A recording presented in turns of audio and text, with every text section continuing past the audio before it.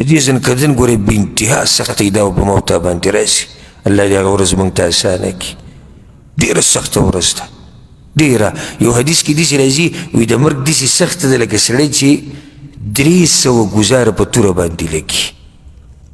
او عمرو بن العاص رضی الله عنه هغه به دا خبره ډېره کوله وایي زه حیران یم هغه سړي ته چې د ده نه سا وځي او د ده عقل کار کوي او دی بیا هم نشي ویلی چې دا مرګ څه ته وایي لکه وایي عقل دې کار کوي خو ویې وایه که نه نو چې کله په خپله په عمرو بن العاص رضی الله عنه باندې مرګ راغی نو هغه زوی ورسره خوا کې ناست و عبدالله رضی الله عنه نو هغه ورته ویې پلار جانه تا به دا خبره کوله چې زه حیران یم هغه سړي ته چې عقل یې کار کوي او دی دا نشي ویلی چې مرګ سخته څنګه ده نن ته بیان که چې د مرګ څنګه سخته ده زه په هغه باندې ځنکدن و نو هغه ورته وکتو وایي زویه ډېر څه نشم ویلی ځکه چې خبرې راته ګرانې وي خو داسې راته ښکاري لکه د اسمان چې په ځمکه باندې راولېدلی او زه په منځ کې بند شوی یم او داسې راته ښکاري لکه چا چې د وحود غر راوړی او زما په مرۍ باندې یې ښودی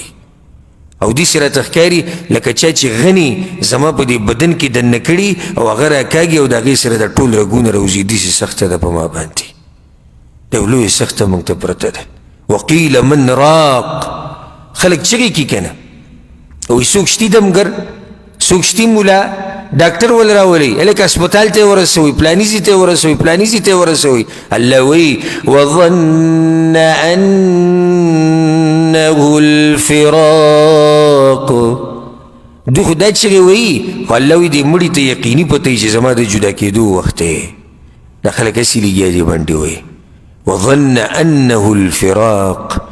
ناشنا حال الله بیانی والتفت الساق بالساق الله وی کله چې یوځی شي پنډۍ د پنډۍ سره الى ربك يومئذ المساق په هغه ورځ الله ته مخامخ کېدلي